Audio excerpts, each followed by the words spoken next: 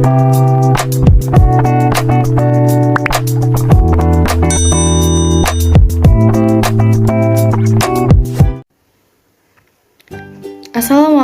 warahmatullahi wabarakatuh. Saya Arbiraha Aini Imaneter dengan NIM 2030201167 dari kelas PGMI 4. Saya adalah salah satu mahasiswa UIN Raden Fatah Palembang dari Fakultas Ilmu Tarbiyah dan Keguruan dari program studi Pendidikan Guru Madrasah Ibtidaiyah.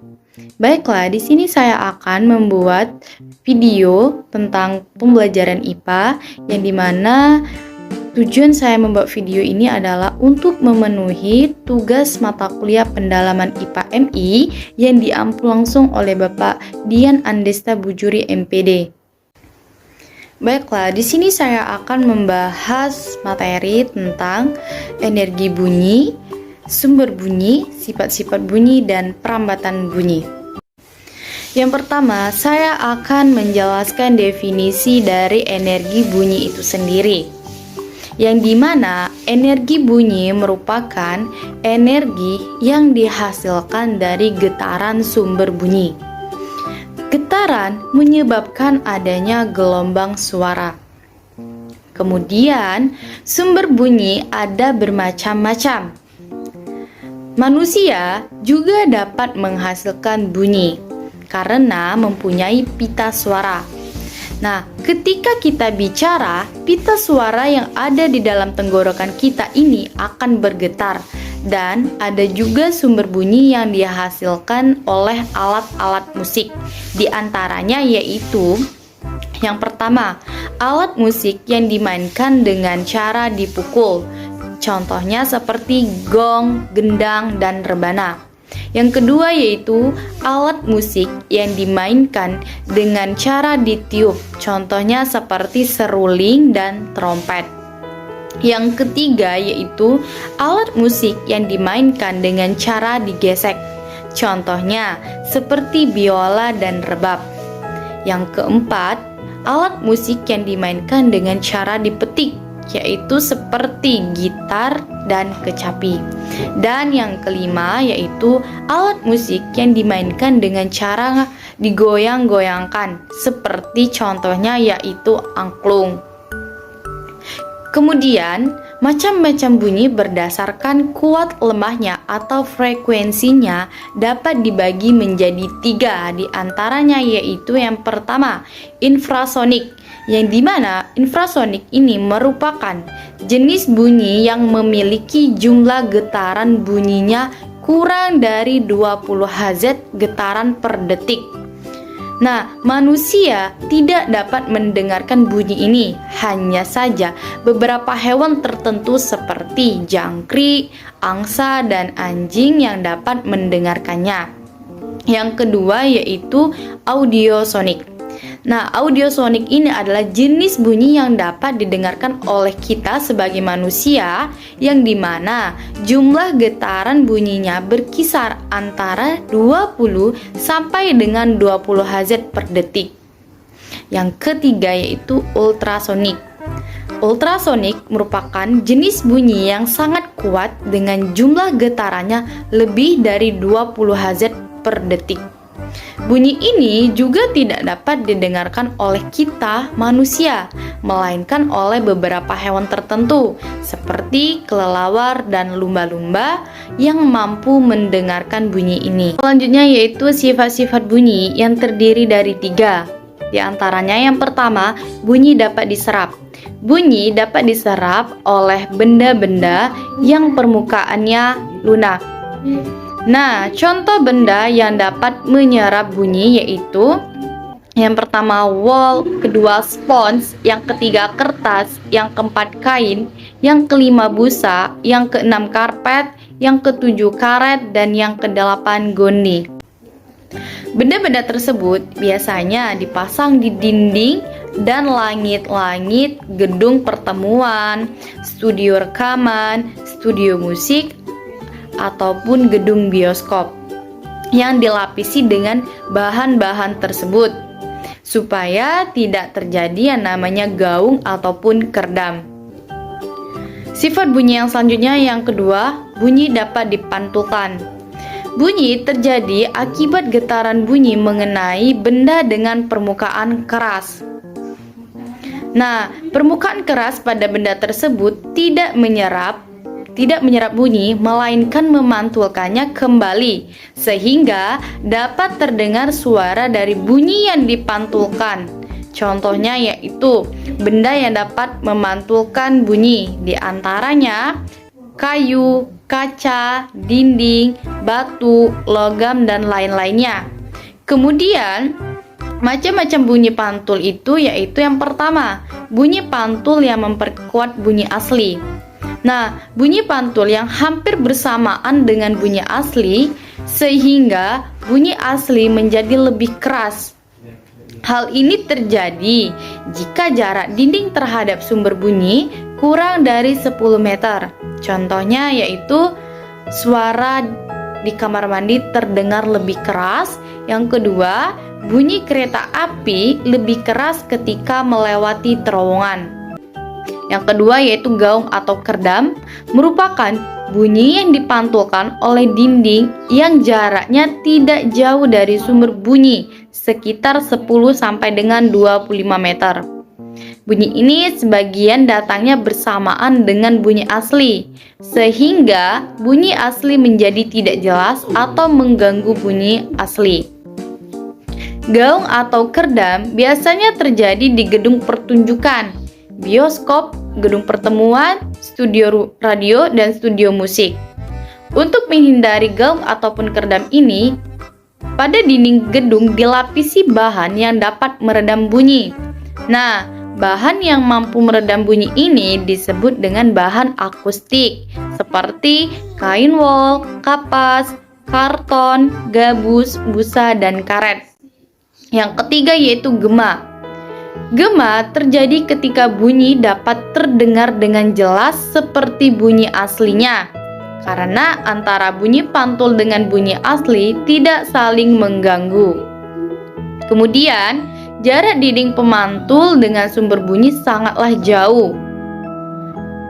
Waktu yang digunakan untuk memantul juga lama. Ketika bunyi asli sudah selesai diucapkan, maka bunyi pantul masih dalam perjalanan. Akibatnya, bunyi pantul terdengar lebih jelas setelah bunyi asli atau gema.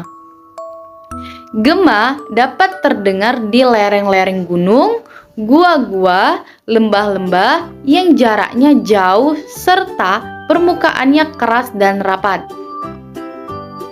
Gema dimanfaatkan untuk mengukur kedalaman laut, jurang, dan gua.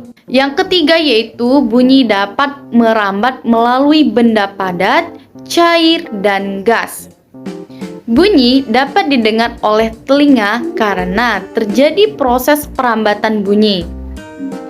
Bunyi merambat melalui zat perantara atau medium, yaitu benda padat, cair, dan gas. Contoh perambatan bunyi pada benda padat yaitu perambatan bunyi melalui benda padat dapat kita temukan pada mainan. Misalnya, mainan telepon-teleponan dari kaleng dan benang. Kemudian, pada benda cair, contohnya yaitu perambatan bunyi melalui benda cair dapat kita temukan pada sonar kapal dan suara yang terdengar ketika kita berenang. Yang ketiga yaitu gas atau udara. Nah, perambatan bunyi melalui gas atau udara ini dapat kita buktikan saat kita mendengar radio ataupun bunyi lonceng.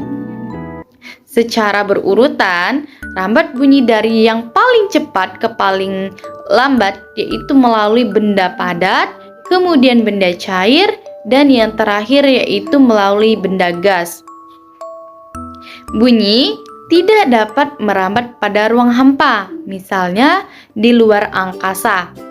Nah, seorang astronot tidak dapat mendengarkan suara astronot yang lain tanpa menggunakan alat bantu. Jadi, ketika astronot berada di luar angkasa itu, mereka memerlukan yang namanya alat bantu. Kenapa para astronot itu menggunakan alat bantu?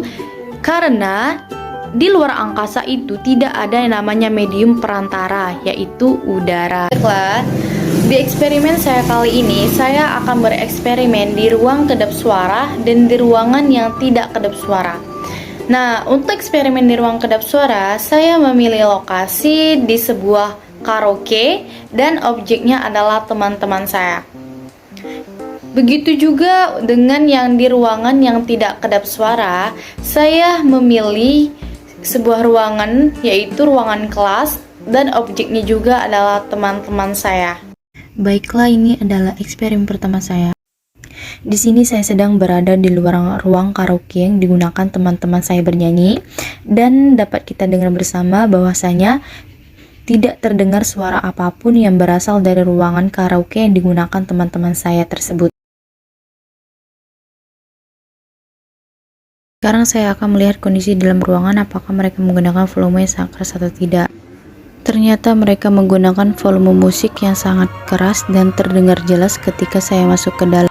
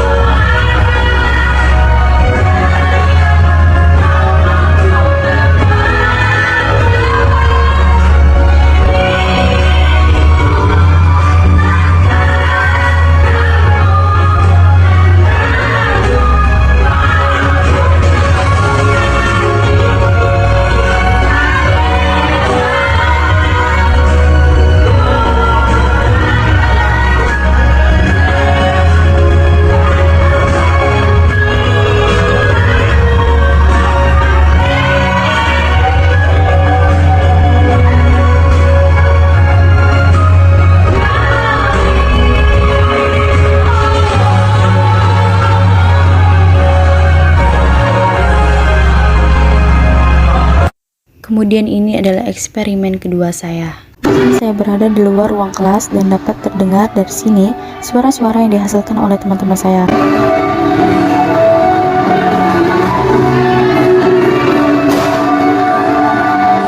Ketika saya mendekati kelas tersebut, ternyata sama saja suaranya bisa terdengar.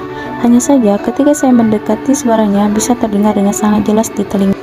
Dapat kita lihat bersama bahwasanya teman-teman sedang melakukan aktivitas menari yang dimana volume musiknya itu sangat keras, sehingga ruang kelas ini merupakan ruang yang tidak kedap suara.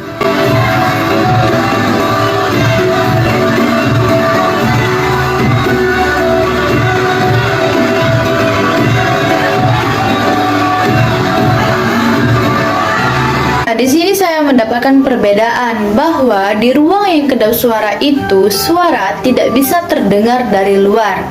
Sedangkan di ruang biasa atau ruangan tidak kedap suara, suara bisa terdengar dari luar.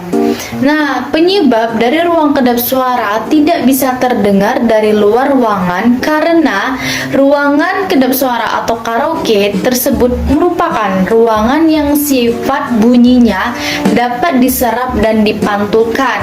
Karena ruangan tersebut mempunyai alat peredam suara yang biasanya terletak di dinding studio musik ataupun di dinding karaoke. Dengan tujuan apa? Agar bunyi ataupun suara dapat diserap dan dipantulkan sehingga suara tidak terdengar sampai keluar. Nah, peredam suara ini juga memiliki fungsi yaitu untuk menciptakan ruangan yang kedap suara sehingga ketika aktivitas pada ruangan tersebut tidak bocor sampai keluar atau tidak mengganggu lingkungan di sekitarnya. Dan juga untuk mencegah adanya bunyi-bunyi liar seperti gemah dan lain sebagainya sehingga kita dapat berkonsentrasi dengan baik untuk bernyanyi dan bermain alat musik pada ruangan tersebut tanpa ada gangguan sedikit pun. Demikianlah video yang saya buat ini, semoga bermanfaat. Saya minta maaf apabila ada kata yang salah, kepada Allah saya mohon ampun. Saya akhiri, wabillahi taufiq wal hidayah. Wassalamualaikum warahmatullahi wabarakatuh.